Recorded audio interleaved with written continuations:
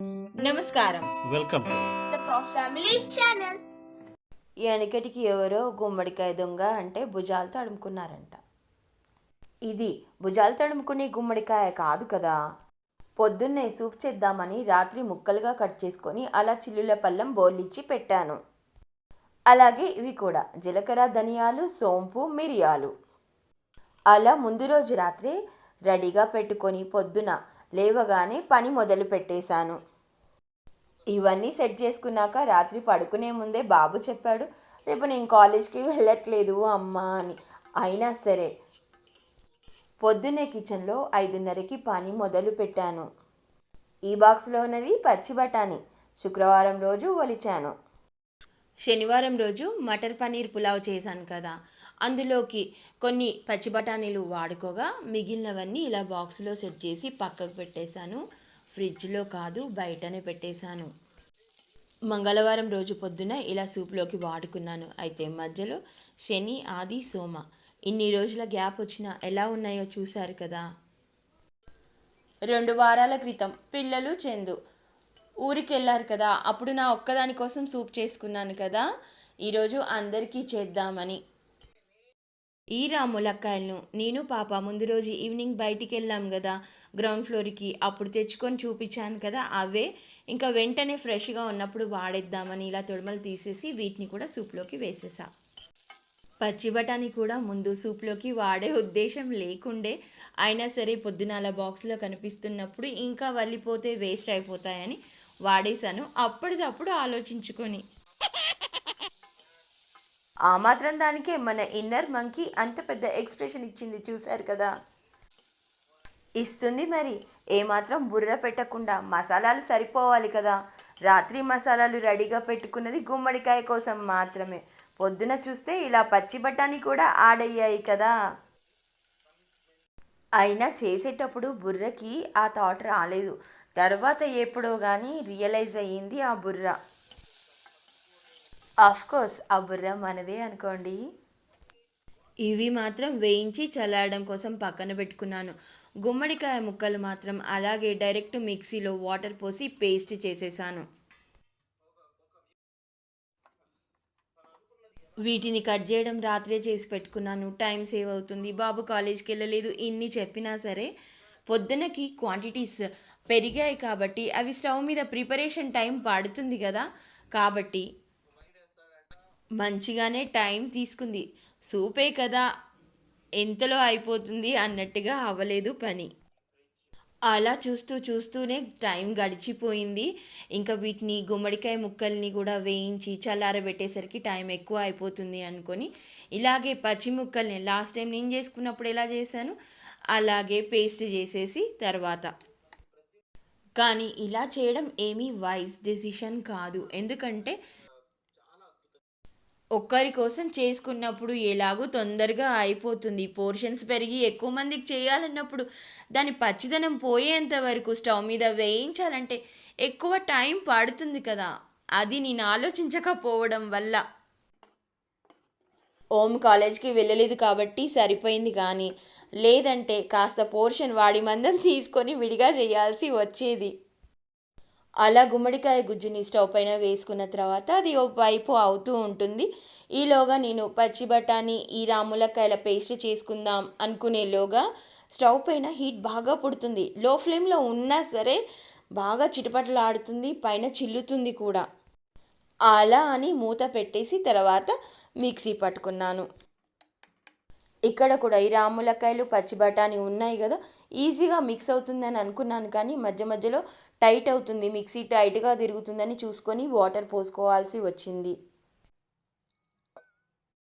ఇలా మిక్సీ పట్టేటప్పుడు అనిపించింది నేను వేసుకున్న జీలకర్ర, ధనియాలు, సోంపు, మిరియాలు సరిపోవేమో అని అనిపించింది. సరే చూద్దాంలే, మసాలాలు సరిపోకపోతే నాకు డైరెక్ట్ పొడులు కూడా రెడీగా ఉన్నాయి కాబట్టి మేనేజ్ చేద్దాము అని అనుకున్నాను. ఇప్పుడు ఈ పేస్ట్ రెడీగా ఉంది. అయితే స్టవ్ మీద గుమ్మడికాయ పేస్ట్ ఉంది కదా, దాని పచ్చిదనం పోయిన తర్వాత దీన్ని యాడ్ చేసుకుంటాను. ఈ గుమ్మడికాయ గుజ్జు పైన ముందు మూత పెట్టాను కదా, ఆ మూతను కూడా లేపేస్తుంది. అందువల్ల మూత కూడా తీసేసి సిమ్లోనే పెట్టాను. లో ఫ్లేమ్లోనే కంటిన్యూస్గా కలుపుకుంటూ పచ్చిదనం పోయేంత వరకు కలర్ మారుతుంది, నోటీస్ చేశారు కదా. అండ్ క్వాంటిటీలో కూడా రెడ్యూస్ అయిపోయింది బాగా. ఏమైనా గుర్తుకొస్తుందా దీన్ని చూస్తుంటే మీకు? నాకైతే హల్వా గుర్తుకొస్తుంది. ఇంకా నెక్స్ట్ టైం ఇలా గుమ్మడికాయతో హల్వా కూడా చేసే ప్రయత్నం చేద్దాము అని అనిపించింది నాకు. బూడిద గుమ్మడికాయతో హల్వా అందరికీ తెలుసు. అది ఎలా చేయాలో తెలిసినా సరే ఎప్పుడు చేయడం కుదరలేదు. అమ్మ అయితే ఎవ్రీ సమ్మర్లో ఆ ఎండాకాలంలో చలవ చేస్తుందని చెప్పేసి అమ్మ నాన్న ఇద్దరు కూర్చొని గుమ్మడికాయ హల్వా చేసేవాళ్ళు. బూడిద గుమ్మడికాయ హల్వా. ఇలా దీన్ని చూస్తుంటే నాకు అదే గుర్తుకొస్తుంది. కాసేపు మామిడికాయ జ్యూస్ గుర్తుకొస్తుంది. ఇలా రకరకాలుగా.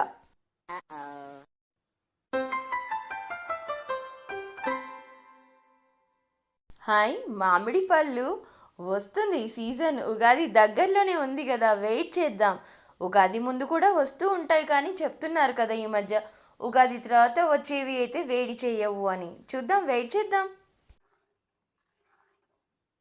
ఇలా పచ్చి బఠానీ మిక్స్ కూడా వేసుకున్న తర్వాత ఇదంతా మిక్స్ ఒకసారి కలుపుకొని అప్పుడు అర్థమైంది క్వాంటిటీ పోర్షన్స్ చాలా అవుతున్నాయి అని చెప్పేసి. వాటర్ వేసుకోవాలి కన్సిస్టెన్సీ మెయింటైన్ చేయడానికి, పాత్ర కూడా మార్చాలి అని అప్పుడు అర్థమైపోయింది ఇంకా నాకు.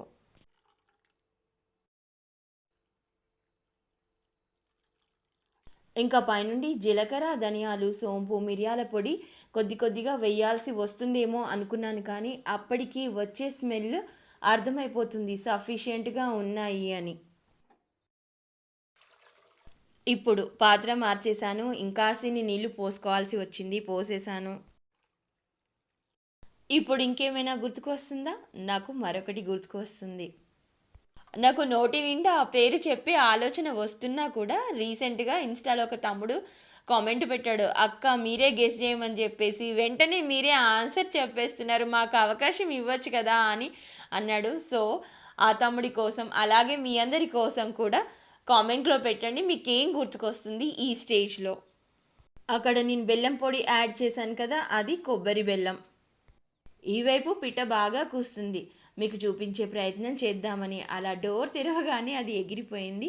ఇంకా అప్పుడు నాకు కాస్త చల్లగాలి తగిలింది. రియలైజ్ అయ్యాను పొద్దున్నో రాత్రో వర్షం పడి ఉంటుందని. అప్పటి వరకు కూడా కిచెన్లో పని అంటూ బయట ఏం జరిగిందో కూడా చూసుకోలేదు. ఇలా బాల్కనీలోకి వచ్చిన తర్వాత చల్లగాలి తగులుతుంటే హాయిగా అనిపించింది. అంతసేపు కిచెన్లో చేసిన పని అంతా అలసట మర్చిపోయినట్టుగా అనిపించింది. అలా స్టవ్ మీద సూప్ మసలడం కోసం ఇంకా టైం పడుతుందని అలాగే కాసేపు బాల్కనీలో చల్లగా హాయిగా ఉన్నాను.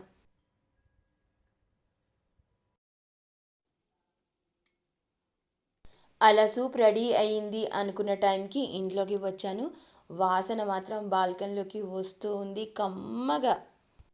ఇక పాపకి స్కూల్ టైం అయింది కాబట్టి తన కోసం సర్వ్ చేసి రెడీగా పెట్టాను. పిలిచాను, రెడీగా ఉంది తీసుకో అని. ఇప్పుడు నేను చెప్పబోయే విషయం మోస్ట్ ఆఫ్ ద మదర్స్కి రిలేటబుల్. ఏం జరిగిందంటే పాప రెడీ అవ్వడం లేట్ అయిపోయింది. తనకి బస్ రావడానికి గ్యాప్ తక్కువ ఉంది. ఆ కాస్త గ్యాప్లో వేడి వేడి సూప్ తాగాలా అని అనేసరికి నేను కాస్త డిసప్పాయింట్ అయ్యాను.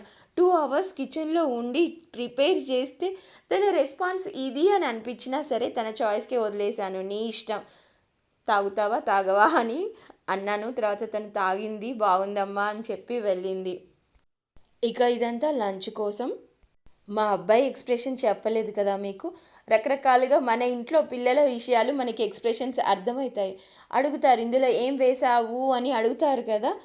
నచ్చినప్పుడు ఒకలాగా అడుగుతారు, నచ్చినప్పుడు మరోలాగా అడుగుతారు. ఆ క్యూరియాసిటీతో ఏం వేసావు, ఇదా అదా అంటే నేను సైలెంట్గా ఉన్నాను. కానీ మొత్తానికైతే ఆ ఎక్స్ప్రెషన్ నాకు అర్థమైంది వాడికి నచ్చిందని.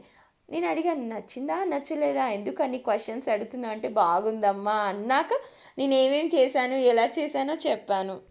ఇక్కడ లంచ్లోకి క్యాలీఫ్లవర్ కర్రీ కోసం ఈ కాడలు పువ్వులని తెంపుతాం కదా, కాడలు ఉంటాయి కదా సాఫ్ట్ పార్ట్, మీకు ఇదివరకు కూడా చెప్పాను. అవన్నీ కూడా ఏమీ వేస్టేజ్ చేయక్కర్లేదు, పడేయక్కర్లేదు, ఇలా కర్రీస్లోకి వాడుకోవచ్చు. ఇక్కడ మధ్యాహ్న భోజనం కోసం క్యాలీఫ్లవర్ కర్రీ రెడీ సిద్ధం చేస్తున్నా కూడా ఎంతసేపు మీకు ఆ గుమ్మడికాయ సూప్ గురించి మాట్లాడాను కదా, ఇంకా దాని గురించే చెప్పాలి అనిపిస్తుంది. నా ఎక్స్ప్రెషన్ పూర్తి అవ్వలేదు. మొత్తానికైతే నేను కూడా స్నానం చేసి పూజ చేసుకొని త్రాటక క్రియ చేసుకుంటున్నాను కదా, అవన్నీ చేసుకొని తర్వాత సూప్ లాగిద్దాము అని కూర్చుంటే ఆహా అనిపించింది. ఒక బౌల్ కాదు 2 బౌల్స్ తాగేశాను నేను పొద్దున్నే బ్రేక్ఫాస్ట్ లాగా. ఇక ఈ గోబీ పువ్వులని, కాడలని, ఆకుల్ని అన్నింటినీ కూడా వేడి చేసుకున్న నీళ్ళలో ఉప్పు, పసుపు వేసి ఒక 10 నిమిషాలు ఉంచాను. ఎలా చేయడం అలవాటు అయింది. పురుగు ఉంటే వేస్తారు కదా, నాకు ఎక్కడ పురుగు కనిపించలేదు. అయినా సరే అలవాటు ప్రకారం వేసేసా. 10 నిమిషాలు ఇలా వేడి నీళ్ళలో ఉంచితే చాలు, సాఫ్ట్గా అయిపోతాయి అన్నీ కూడా. పూలు, కాడలు, ఆకులు అన్నీ కూడా. 10 నిమిషాల తర్వాత ఆ నీళ్ళన్నీ వడబోసుకున్నాను.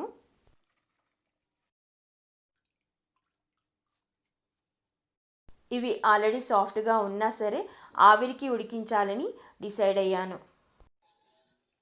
దానికోసం పాత్రలో మళ్ళీ ఫ్రెష్ వాటర్ పోసుకొని వేడి చేశాను. ఆ తర్వాత ఇలా ఆవిరికి ఉడికించాను.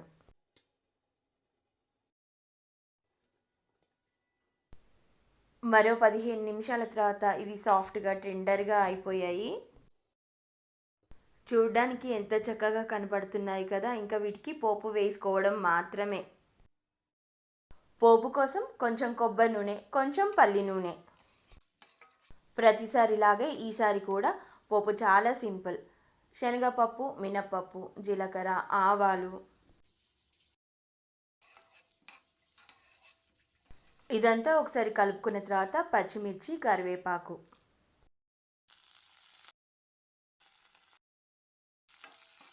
కొంచెం మెంతి పొడి. ఈ క్యాలీఫ్లవర్ని ముందు పసుపు వేసిన నీళ్ళలో వేసాను కదా, అందుకోసం మళ్ళీ పసుపు వేయలేదు.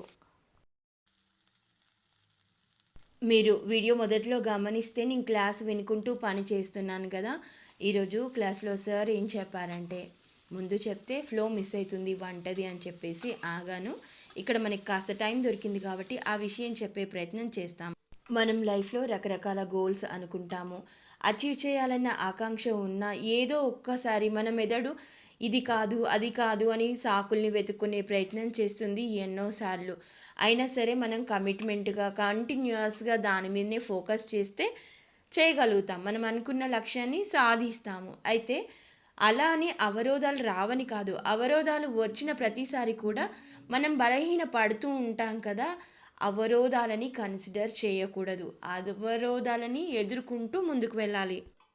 దానికోసం సార్ క్లాస్లో చెప్పిన ఎగ్జాంపుల్స్ వింటే మన జీవితంలో కష్టాలు కష్టాలేనా అనిపిస్తాయి.